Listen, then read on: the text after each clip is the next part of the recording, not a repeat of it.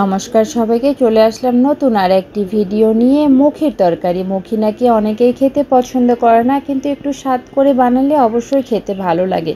তাই মনে করলাম ভিডিওটা আপনাদের সাথে শেয়ার করি। কড়াইয়ে তেল দিয়ে দিলাম, তেল গরম হয়ে গেলে আমি ইচা মাছটা ভেজে নেব। লবণ হলুদ দিয়ে ভেজে আমি ইচা মাছটা তুলে নিব।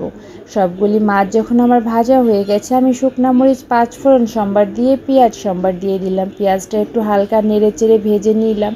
আলু আর মুখিটা চাকচাক করে কেটে রেখেছিলাম, এটা এখন দিয়ে দিলাম। মুখিটা লবণ দিয়ে কষলিয়ে ধুয়ে নিতে হয়, তাহলে ল্যালপা ভাবটা থাকে না।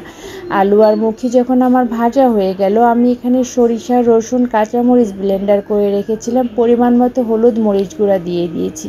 কিছুটা পুঁই শাক আর বেগুন কেটে ধুয়ে রেখেছিলাম, এটাও দিয়ে দিলাম। আমি তরকারিতে কোনো পানি ব্যবহার করব না। ইচা মাছগুলি দিয়ে দিলাম, আর আমি 1 প্যাকেট ম্যাজিক মশলা দিয়ে দিব। দিয়ে ভালো করে নেড়েচেড়ে ঢাকনা দিয়ে ঢেকে দিব। ব্যাস তৈরি হয়ে গেল আমার মুখির তরকারিটি। আমার ভিডিওটি যদি ভালো লাগে লাইক, কমেন্ট, শেয়ার করে পাশে থাকবেন।